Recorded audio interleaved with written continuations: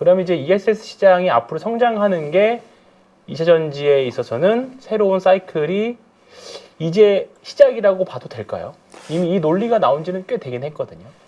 그렇긴 하는데 그 사실 ESS 하나만 가지고는 좀 어렵다고 판단을 하거든요. 네. 왜냐하면 이제 올해에서부터 사실은 반값 전기차라든지 네. 이런 반값 전기차에 대한 부분들이 대두가 됐었거든요. 네. 이게 이제 본격적으로 반값 전기차가 나오려면 올해도 물론 나왔지만 내년이 본격적으로 반값 전기차들이 많이 나오는 그러한 원년이 되지 않을까 네. 싶은데요. 이제 반값 전기차가 나오게 되면 사실은 예전에 우리가 이제 스마트폰을 사용할 때 초창기에 애플의 스마트폰이 나왔었을 때 정말 비싸서 많이 안 썼거든요. 그렇죠. 근데 지금은 이제 다 보급화가 다 됐고 국민의 필수품이 됐다. 그렇다라고 하면 지금 전기차도 마찬가지고 얼리 어댑터 시장은 코로나 이전에 얼리 어댑터 시장이 펼쳐졌다라고 하면 이제는 반값 전기차가 나오면서 국민 필수품이 되지 않을까 싶은 거죠. 그렇게 될 경우에 테슬라 같은 경우에도 최근에 이제 모델 2 같은 경우에 25,000달러짜리 제품을 내겠다라고 얘기를 했고 폭스바겐이라든지 GM 쪽에서도 또 3천만 원대의 전기차 출시에 대한 계획을 발표를 했으니까요. 그렇게 되면 본격적으로 시장이 풀리기 시작할 거고 이거는 이제 전기차를 몇 대 파느냐에 대한 문제가 아닌 것 같고요. 내연기관차하고의 가격이 좀 차이가 없어질 거잖아요. 그렇게 되면 본격적으로 잠재되어 있던 어떤 수요들도 폭발하지 않을까. 그래서 전기차 침투율이 사실상 증권사에서 보고 있는 전기차 침투율 이런 내연기관차를 통해서 가격이 저렴해질 거고 반값 전기차가 나오게 되면 침투율이 한 2, 3년 정도 앞당겨지지 않을까 이렇게 보고 있는 시각도 있더라고요, 사실은. 그러면 제가 보는 거는 시장의 판이 좀 바뀌는 것 같아요.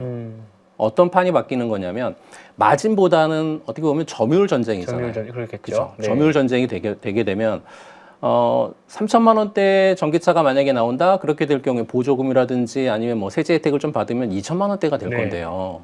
사실 전기차가 2천만 원대라고 하면 이익은 많이 안 남겠죠, 사실. 그러겠네요. 이익은 많이 안 남고 뭐 차 팔아서 남는 게 별로 없겠다 뭐 이런 소식이 들려올 건데 사실은 어떻게 보면 럭셔리 전기차는 안 그럴 것 같거든요. 그렇죠. 규모의 경제를 할 수밖에 없고 뭐 20% 넘는 마진을 내려면 지금보다 좀 엘리트한 배터리가 들어가야 되는데 그게 전고체가 아닐까 싶다라는 말씀을 드리고요. 이렇게 되면 이제는 중간에 있는 뭐 중소형 스타트업 기업들은 다 줄도산할 것 같고 상위의 한 3개에서 5개 업체들만 뭐 승자 독식하는 그런 구조로 가지 않을까요? 그렇게 이제 보고 있고요. 이제는 전기차를 만드느냐가 아니라 정말 누가 원가 절감을 해가지고 팔아도 이익이 나올 수 있는 그런 전기차를 누가 팔 거냐 그거가 좀 문제인 것 같습니다. 뭐 애플이 사실은 스마트폰을 팔아도 스마트폰 자체 하나만의 이익으로 살아남지 않거든요. 애플 스토어라든지 다른 서비스, 부가적인 서비스가 많이 붙기 때문에 충분히 이익을 더 극대화하는 그런 부분들이거든요.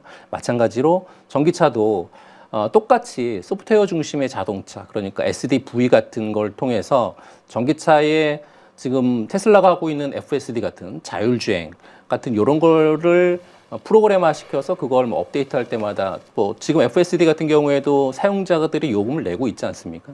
매달 내는 요금제도 있고 한 번에 사서 쓰는 요금제도 있는 반면에 뿐만 아니라 국내에서도 그런 FSD 같은 프로그램이 충분히 나올 수 있고 또 차 안에서 즐기는 엔터테인먼트 같은 거라든지 아니면 무선 업데이트하는 OTA 같은 이런 것들도 충분히 나올 수 있기 때문에 진짜 수익 모델이 되는 어떤 프로그램들도 계속 나올 수 있을 거다라는 말씀을 좀 드리고요.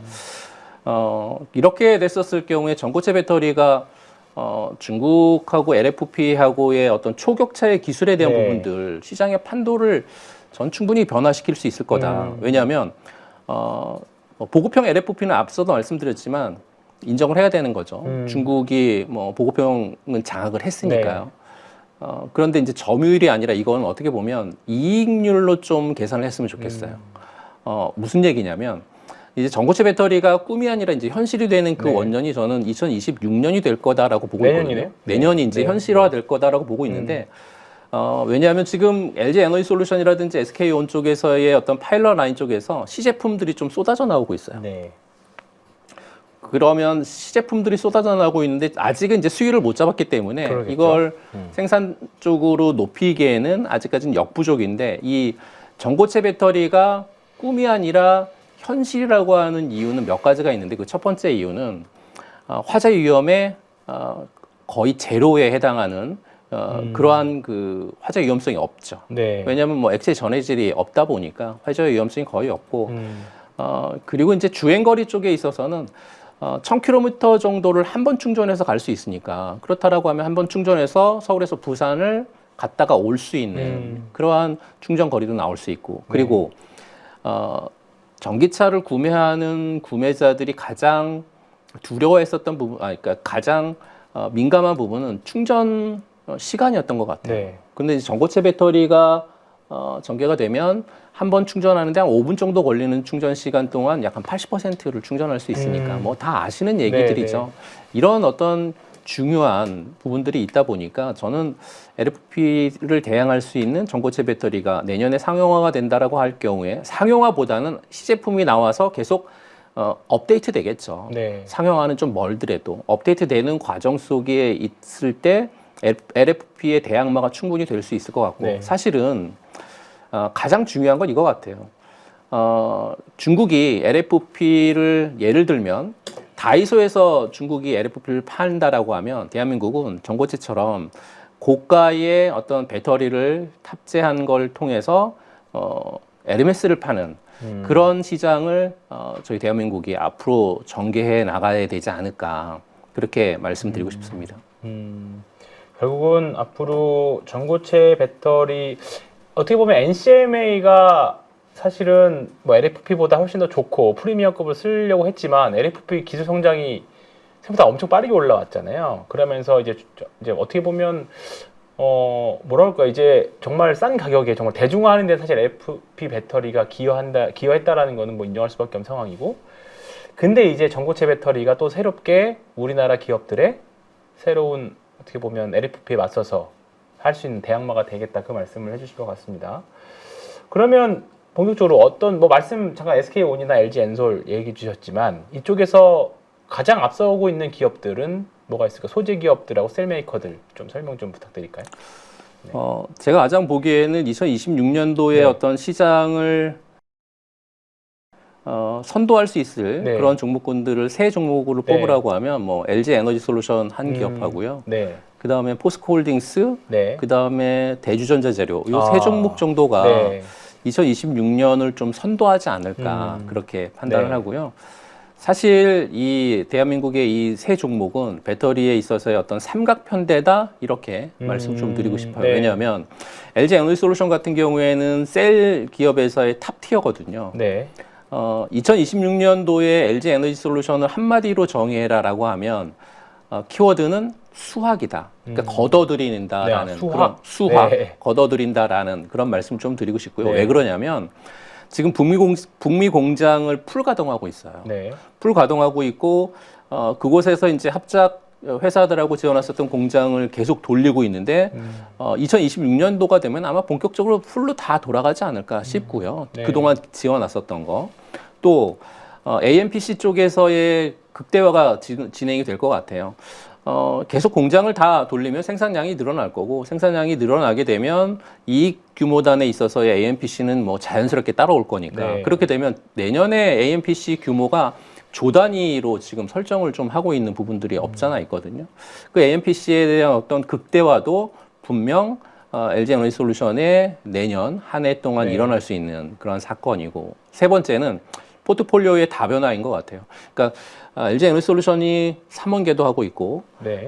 ESS용 LFP도 하고 있고 또 저가형 고전압 미드니켈 배터리까지 같이 하고 있다 보니까 이런 포트폴리오의 다변화를 통해서 내년에 LG 에너지 솔루션의 키워드는 수학, 걷어들이는 그런 단계에 있기 때문에 그렇다라고 하면 지금 LG 에너지 솔루션의 주가 형태도 바닥을 다지고 한 번 텀에서 올라왔단 말이죠. 그렇죠. 그리고 이제 조금 다지고 있는 그렇죠. 그런 기간이기 네, 때문에 수학이라고 하는 단어가 어울리게끔 2026년에는 좀 더 우상향 곡선을 그릴 수 있는 그러한 기업이 되지 않을까 싶고요. 두 번째 기업은 저는 포스코홀딩스가 두 번째 기업으로 말씀을 좀 드렸는데 포스코홀딩스의 키워드를 한마디로 얘기해라라고 하면 저는 증명해야 된다. 2026년에는 정말 증명이 필요한 기업이다라고 말씀드리고요. 리튬 매출이 이제 본격화될 겁니다. 사실은 리튬 매출이 포스코가 이제 된다 해왔었던 게 벌써 3년 됐어요. 네. 벌써 3년 됐었는데 아직 증명을 못했지 않습니까? 증명을 해야 되는 시기는 2026년이기 때문에 아마 2026년에는 그동안 한다 했었는데 사실 아르헨티나라든지 호주 광산 쪽을 통해 가지고 아마 할 것 같아요. 할 것 같으니까 증명이라는 단어를 썼고 매출로 아마 직접적으로 잡힐 것 같고 그리고 나면 원자재 가격의 어떤 반등에 있어서의 최대 수혜가 되지 않을까 또 2026년이. 어쨌든 리튬 가격이 바닥을 치고 지금 반등을 하고 있는데 리튬 가격 같은 경우에 반등했었던 시점이 올해 6월 중순서부터 해서 계속 반등하고 올라왔고 한번 쉬었다가 재차 지금 반등을 다시 하고 있거든요. 포스코가 광산을 직접 갖고 있기 때문에 원재료 가격이 이렇게 오르게 되면 채굴 마진은 기하급수적으로 늘어날 수밖에 없다. 그런 말씀 좀 드리고요.